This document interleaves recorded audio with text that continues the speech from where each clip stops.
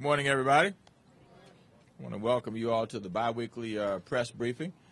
This is a very exciting day because we're here at Woodridge, oh my God, Woodridge, Woodridge Library to talk about the next steps for the what is a very popular library here in Ward 5. And in addition to that, I want to urge all the residents of Ward 5 to weigh in on the development of the Martin Luther King Jr. Library also. We are putting a lot of money into the King Library, and we want to make sure it reflects the interests, the sentiments of people all across the city because it is our central library. During my administration, we've been able to cut the ribbon and open 7 new libraries across the District of Columbia. Francis Gregory, which is actually in my neighborhood over in Ward 7 in the Hillcrest, Penn Branch area. Mount Pleasant, which is a beautiful renovation. Petworth, which too is a beautiful renovation. Rosedale, which is new and is part of a recreation complex that we built over there. Tinley Friendship, the Lockridge Bellevue Library, which is new and now has a brand new clinic next door to it, and the Northeast Library, which is the library I grew up in 437 years ago here in the District of Columbia. It is a beautiful renovation also. Each library has been impressive, and next year we will open yet another new impressive library, which will be right here on this site. It will be to the tune of $16.5 million for the design and construction. But, of course, first we have to tear it down before we build a new library. And the complete demolition will actually start in full earnest in the next several days. The new library will replace this well-loved, well-used building. It will have 20,000 square feet, including separate spaces for adults, teens, as well as our very young children. 40,000 books, CDs, DVDs, and other library materials. It will seat 200 library users comfortably in the new building. 40 public access computers and Wi-Fi internet access, and then there'll be a large meeting room. All of our libraries that are being renovated or built newly are accommodating large groups up to about 100 people because they are great meeting spaces for our civic associations, our ANCs, and others that oftentimes are seeking space to be able to meet in. So this will have a large space for 100 people, and then 2 other conference rooms as well. This will be the first library, by the way, interestingly enough, to have a green roof that also will serve as space for library programming. Coakley Williams and Blue Sky Development will be the partners who will work to build the new library under the DC Public Library's Mentor Protege program. It will be developed in concert with our Department of Small Local Business Development, and will create opportunities for a lot of our smaller firms. And that's one of the things we're really working harder to do, and that is to be able to open the door for some of the smaller firms in the District of Columbia who are based here to be able to get more work opportunities. And they are increasing rapidly because we've got a lot of work that is going on in the city. in the city. While the library is being designed, DC Public Library representatives have attended many, I don't know how many, but many neighborhood meetings to learn what library services were most important to residents. Thank you. In addition to the architect team of Winecheck and Associates and Bing Tom Architects, there have been 4 additional meetings hosted by friends of the Woodridge Library to present some of the design concepts.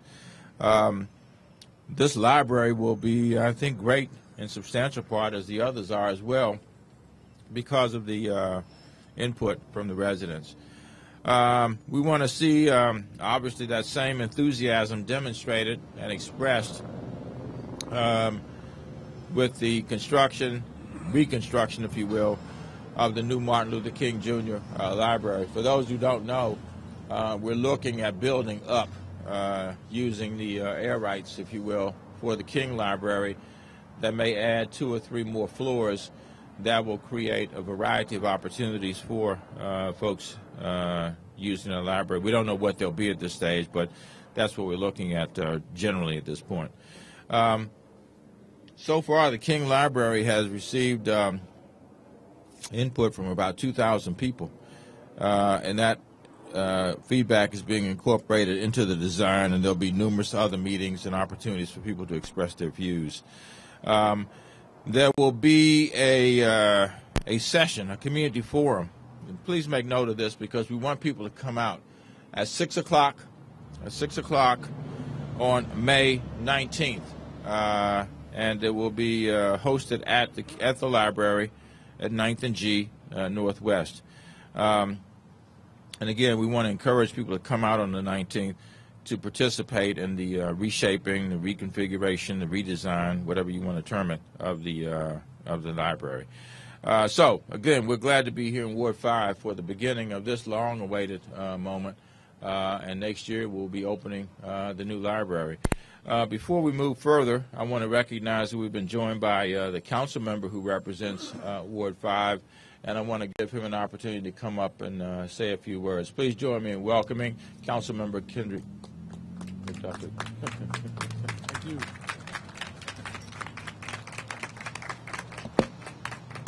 Good morning. Good morning.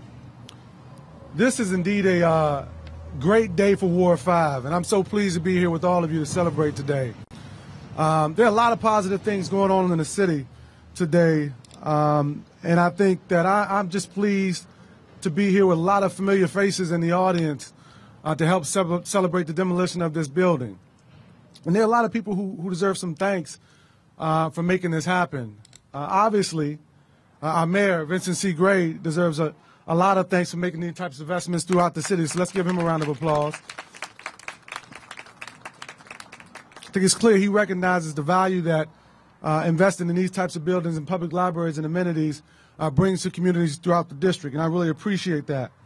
The Executive Director, Richard Reyes-Gavilan, obviously deserves a lot of credit. He's only been here for 2 months, but he's been working really hard over those last 2 months, and so we appreciate his efforts as well.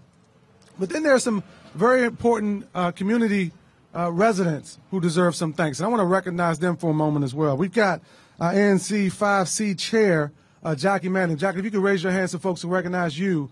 She represents the ANC in this area, along with folks like Nolan Treadway and others who've been working really hard on this project. We've got Sharon Turner from Friends of the Woodridge Library who's here. Sharon, you want to raise your hand?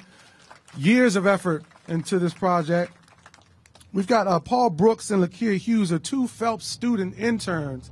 Where are you all?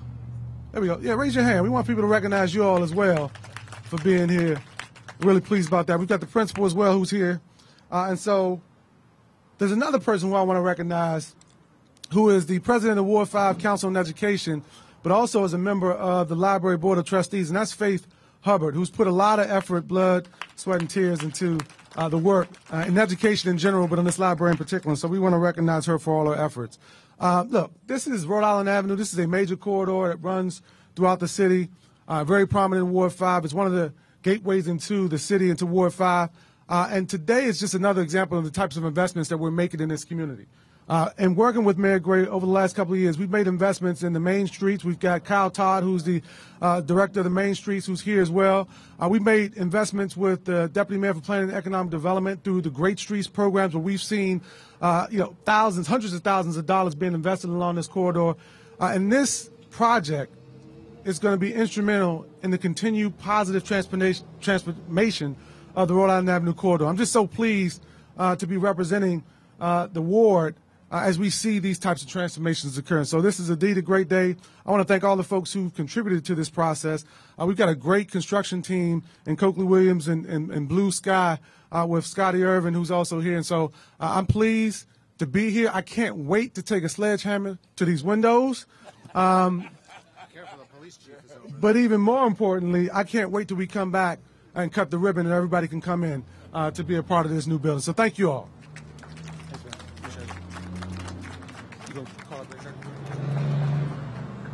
Thank you very much, Councilmember McDuffie.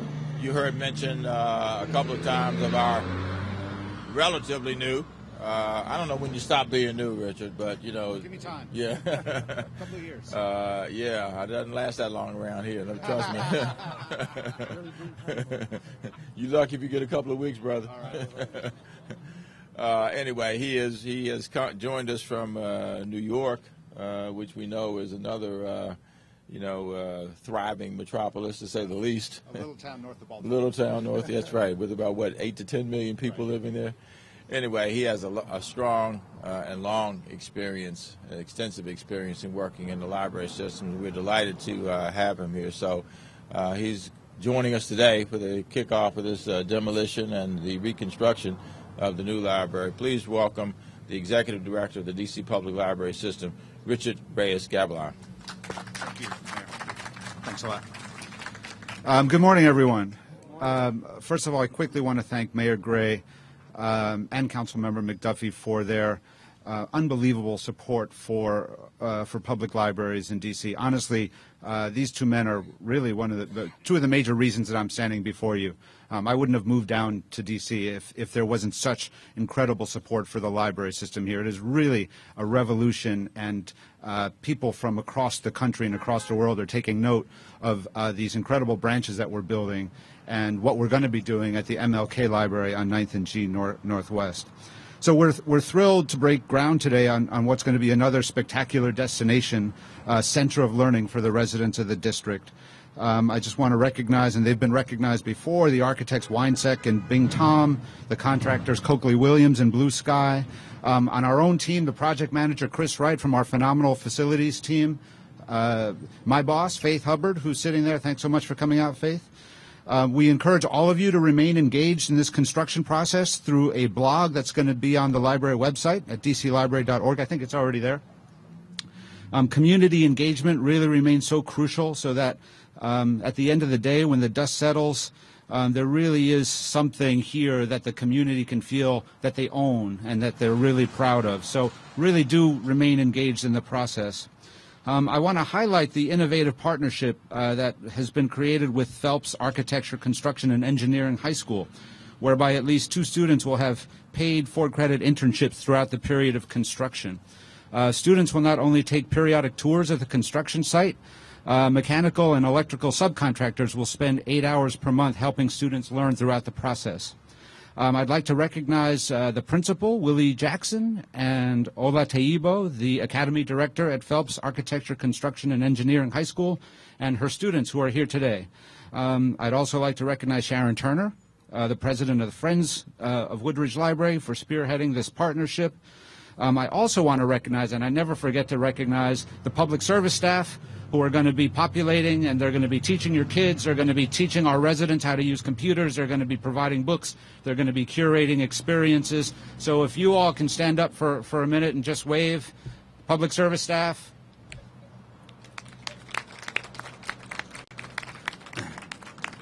We build it, but they make it live. So that's great.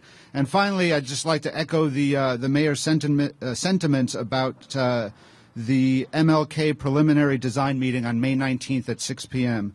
The MLK Library, as I hope most of you know, is going to be really the nucleus around which all the lifelong learning in this city will be revolving. It's going to be a spectacular library, the most important public library in the world, and it will only get that way if everyone participates. So we have had 2,000 people participate thus far, and we need more people to participate. So on May 19th, the architects will be showing their preliminary design based on the feedback that they've received, but it's only a preliminary design. You all can show up and say, I don't want this here, I want that there, or where's this space should be bigger, this space should be smaller. It's really that collaborative process that will result in something that is truly spectacular and transformative. So with that, if it's okay with the police chief, I'll ask the mayor and council member to break something. Thank you.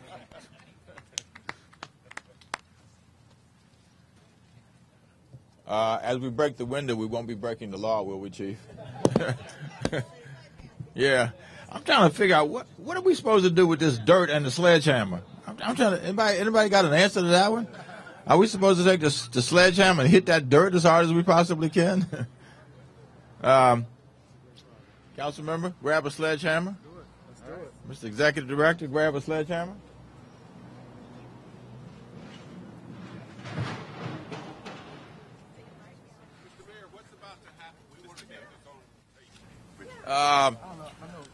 If you stand right there, Tom.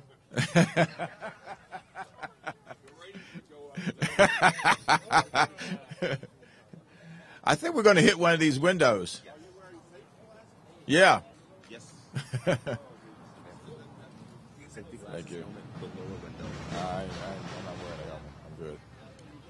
Only the little ones. Okay, I'm good.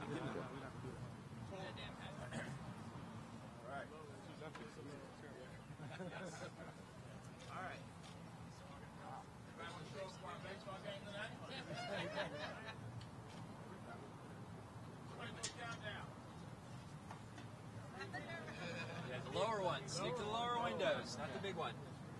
Yes. 1, 2, 3. Yeah.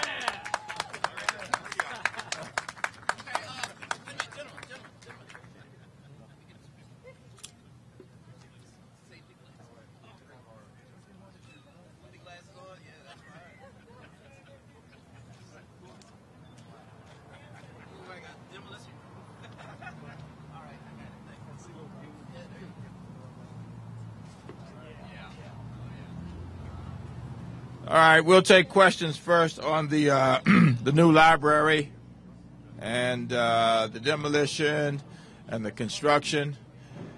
And I know you all, I know Bruce and Tom and Sam, I know you all have just extensive questions about the library, right?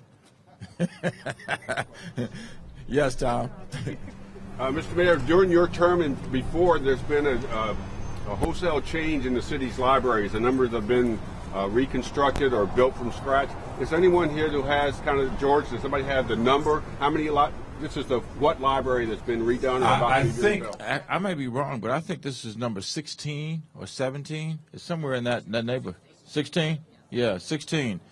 You are at least completely right, and that's out of a universe of about 26, I think. So we've got a substantial number that have been done. You know, when I was on the council, one of the things that I insisted on was getting these neighborhood libraries done first. There was a move at the time to do the downtown library, and typically downtown libraries, they're used by the people who live in the city, but they're also showpieces, you know, for a city. And you get a lot of visitors from out of town who go see the library. And our libraries were in such desperate shape that I just really felt it would send the right message to our populace if you know, if we did the neighborhood libraries first. So that's what's been done. And how many more to go? How many are there? Are there 30 total? I'm not sure how many there are. I think it's 26, isn't it? Yeah, I think it's 26. So theoretically, there are 8 to 10 to go. It depends on the condition of those. If you want more information, Tom, we can get that to you. Ms. Brazil. Sure. Well, your administration has paid a great deal of attention to the physical plan of the library. You've been sorely warning in terms of the management of the library. For example, on the DC law, the Library Board of Trustees actually operates the library. We have a president of the Library Board of Trustees, John Gill, whose term expired on January 5th, 2009, and he's now a resident of Detroit. We have a vice president of the board whose term expired on January 5th, 2011. And we have another member of the board, Myrna Morata, who whose term expired on January 6, 2009. Why hasn't your administration made timely appointments to these boards? And the law also says you can only serve 2 terms, and most of these people are already into their second term. So why don't you make appointments, and why haven't you made appointments? I think we made some nominations yesterday, Ms. Brazil. And actually, one of the reasons why I stayed with the people we had was because they really were working in wonderful concert, especially with our our previous executive director, CEO, Jenny Cooper, who did a great job. And we really wanted to get through this wave of libraries with the team in place that had gotten us to where we were. We made, I know, several nominations yesterday. I think they were all approved by the council. So we are in transition at this stage. I have another nomination that will be coming soon for one of the people that you mentioned. But, it's really kind of that simple, that we had a team in place that was working quite effectively. I stayed with that team to get the work done. We're now moving to the next phase, and we'll move to the next phase of of those who are going to take us to the, take us further into the process of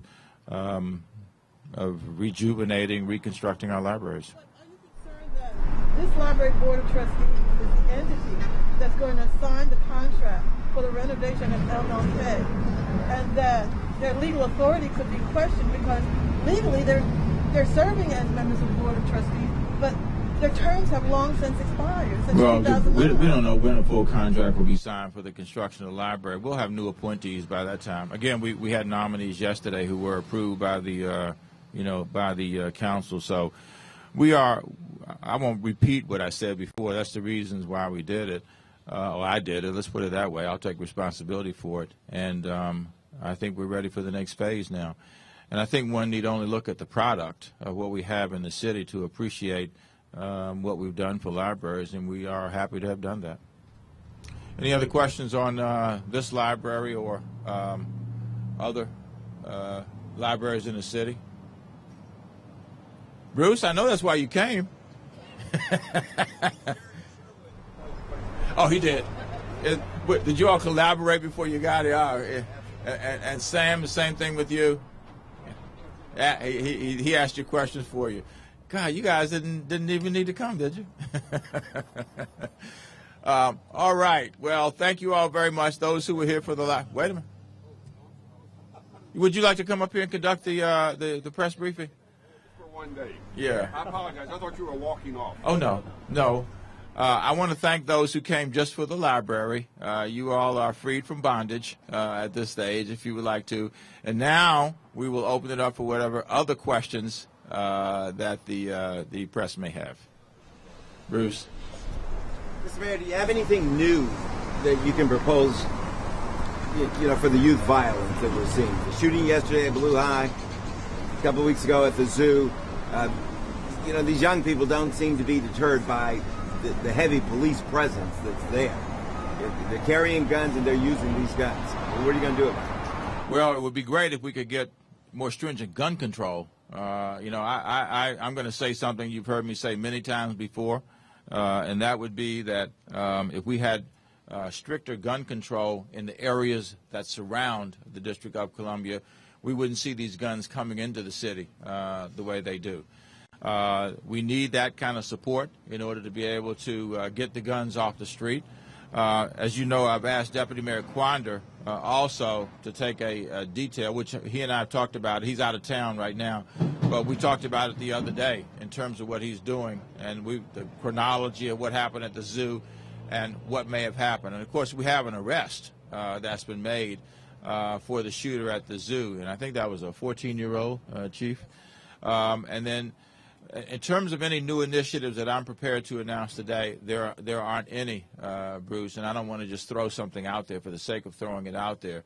But I think youth violence overall is down. I mean, when you have a shooting, when you have a shooting, it leads people to believe that there's an escalation in violence. But when you look at the data, and I look at the data every day when I get the report from the chief and the MPD, it's pretty clear that violent crime is down. I think down by 15% overall in the city.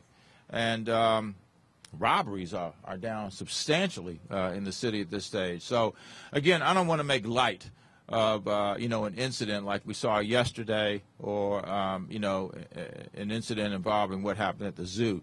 But when you look at the larger picture, you begin to see that there are improvements. You or the chief addressed the criticism that perhaps the neighborhood and at the street level the intelligence isn't what it used to be in terms of these crews that are fighting, getting to the source of it before it escalates at the zoo, at a bus stop, that sort of thing. How are you doing on intelligence with these the zoo, that happened outside the zoo, and I know there was a very strong presence there of MPD. In fact, in anticipation of something perhaps happening. So I don't think anybody can criticize what the readiness was inside the zoo. So you have to look at where this incident occurred. I'm going to ask the chief if she will speak to the quote-unquote street intelligence, as you put it, Bruce, and how that's working.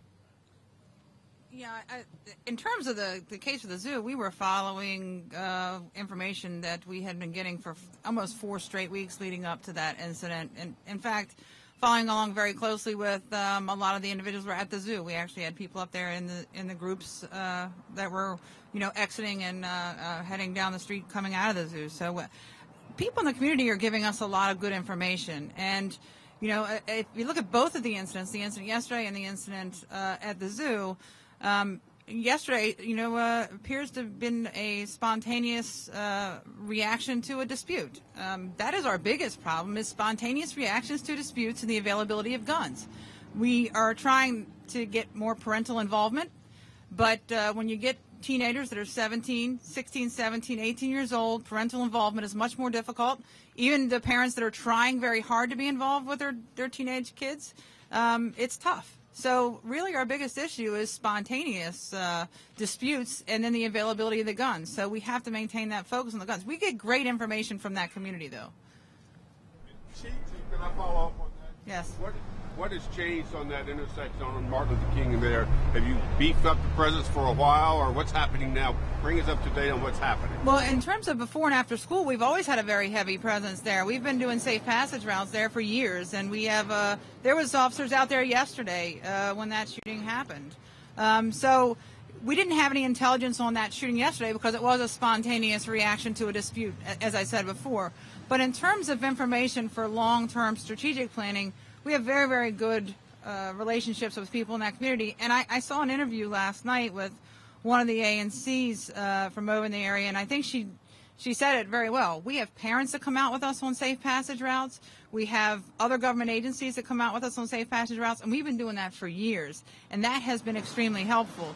But there are small windows of opportunity that people like what happened yesterday will take advantage of. And I will say, we have lots and lots of video we're looking at, and we're going to probably release some snapshot of that later today. And you really cannot carry out a crime on public space today and not be caught on video somewhere. And that is been tremendously helpful for us. So in terms of yesterday's shooting, I'm feeling very confident that we're going to have somebody, in custody before too long in that case. This is a suspect in the shooting yesterday near Balloon. Yes. Okay. Can I ask you, may I just follow up one quick general question? Yeah, I would ask a question specifically about this. Okay, that ANC commissioner you talk about was Mary Cuthbert. And she, as well as a man named Rodney Bunn, who I guess has a business in the area, were both saying that the kids are allowed to hang there. This occurred at a time when they should have been in school. And they said that in some cases you have, 40, 50 kids standing there, and the police really don't do anything. And they said they've asked, and the police have told them they cannot move them until 9:30 when they're considered truant. What do you say about that? Well, that's not exactly true. And, there's a fine line, too. And not all of these people that are hanging out there are of school age. As we saw yesterday, in fact, one of the persons involved was 20 years old. So, yes, there is a lot of loitering and hanging out there. And, yes, the kids do dawdle along the way to school all up and down that route and many routes. And there is a fine line between harassing children and, trying to keep them safe and pushing them off to school. And believe me, we get criticized on both ends.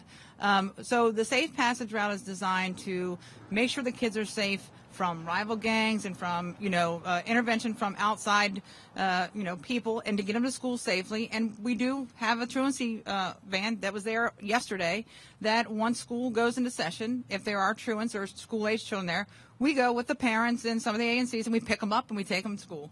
That happens every day. Just to follow up, what is your feeling about these groups, Alliance for Concerned Men, used to be Peaceaholics? Do you see a role for these groups, or have they outlived their purpose? Can they help you, or do they make matters worse for you? Well, there's nobody out there that's not helpful, that can't be helpful to us. I mean, we get information from a variety of different sources around the community. I would say there's nobody that I would write off and say is not helpful to us. Everybody has something that they can contribute. I think mentorship is a really big one. So mentoring some of these kids and helping out in that sense from a community perspective is very, very important.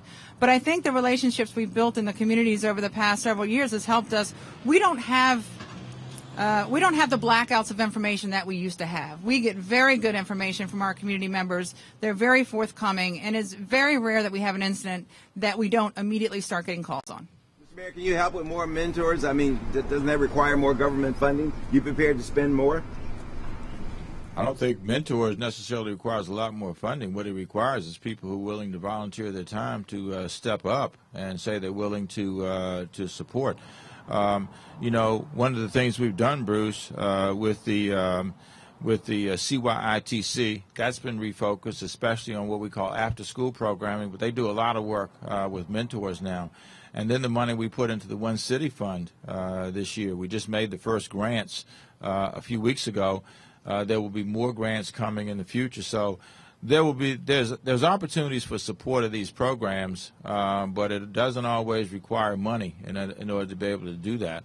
The other thing I'll mention is in this budget, which we've talked about at numerous town hall meetings, is a proposal for a youth re-engagement center. And the youth re-engagement center would serve young people who are 16 to 24, who are, as they term, disconnected. And we think there are about 7,000 young people who fit into that category in the city. And there's no doubt that some of these young people who are engaged in some of these actions that we're seeing are young people who would fit the definition of being disconnected. And that's one of the purposes of the new center, to do the outreach, to get them reconnected with not just school, because some of them are beyond school age, but get them connected with programs that will move them through job training or get them constructively engaged. I don't know. You know how much it is, BB? I don't know right offhand. We'll get that number to you. But if you come to a town hall meeting, Bruce, you guys are welcome there. We have another one tomorrow night. We'd love to have you there. Pardon? I'm doing community service work. You're doing community service work? Absolutely. Well, this is community service work, too. And by the way, we have a town hall meeting all across the city. We've had 8 already. We have a 9th tonight. We have a 10th tomorrow. So there's whatever neighborhood you may live in, Bruce, we can find a town hall meeting for you. Tom? The House is holding a hearing tomorrow on the marijuana bill that's passed the city. You said you're not going. Could you tell me a bit about that? Have you had any reaction from the members of Congress? Well, first of all, I think that, like any other place, we should be left to, adopt our own legislation and adopt the policies that we think will best serve the city. Assistant Chief Newsham is going to represent the city at that hearing, and if he wants to come up and talk about it, I read the testimony. Took us about 3 minutes. It's brief. Pushback for not going yourself? Were you specifically invited? No, I have not gotten any pushback. Were you specifically invited and you rejected it, or? No. We were asked to be represented, and we have chosen our representation to be Chief Newsham at this hearing, who I think will ably represent the city. We've had no pressure before, other than just to have somebody come. And I've had no feedback from him being named as our witness. Why don't you go to tell them to keep their hands off city legislation, which is a strong point you make often? Give you a chance to make it to the members directly. Well, I think that would just change the subject into something else. I think we're making a point with Chief Newsham there to talk about the implementation of the law.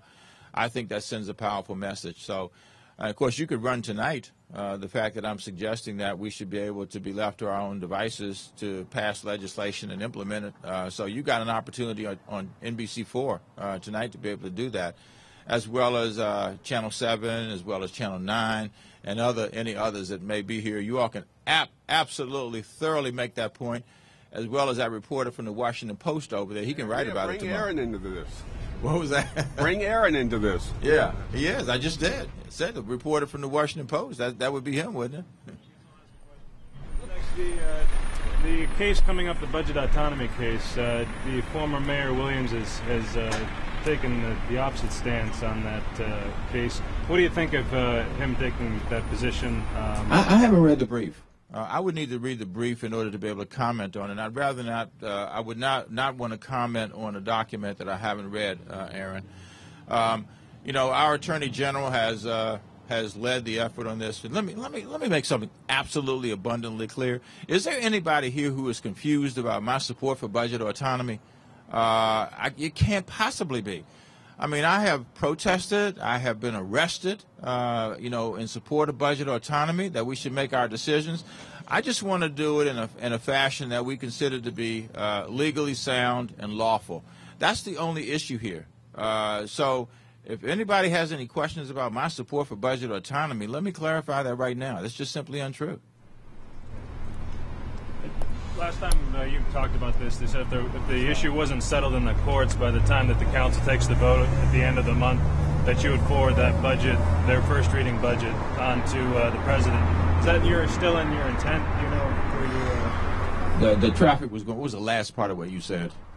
May 28th. If the budget, if there's a first reading passage of that budget, if this is still tied up in the courts, are you going to forward that budget to the president? As far as I'm concerned, that the current home rule charter says there shall be one vote, that there are 56 days within which the council deliberates on that budget, and I'm planning to observe that, you know, unless we get a ruling to the contrary. Ms. Brazil.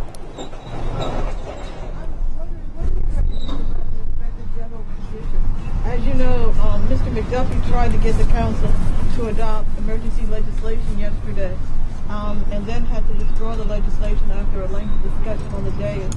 And the legislation would have changed the legal requirements of the Inspector General. But the issue remains that the term of Mr. Willoughby ends on May 19th, and the law also says you cannot serve in a holdover capacity.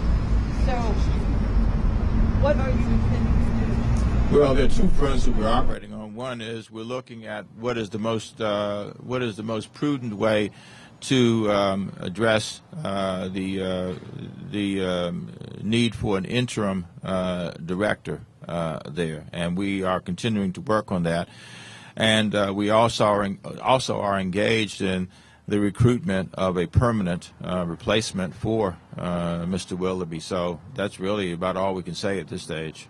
Isn't your recruitment effort hampered by the very stringent requirements currently in DC law? We'll have to see. I don't know. I haven't had anybody tell me yet that they wouldn't apply, or they would apply if they weren't the requirements that are imposed. I think that the requirements are unnecessarily stringent, and was certainly supported what Mr. McDuffie tried to do yesterday.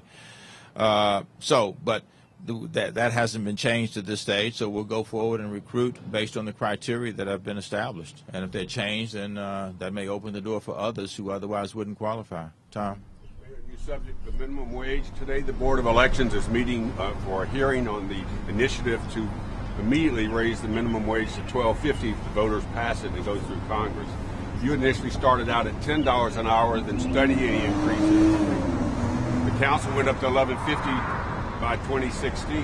What do you think about the possibility of the initiative for $12.50? I think that's an issue that needs to be debated and policy set between the executive and the council working in concert.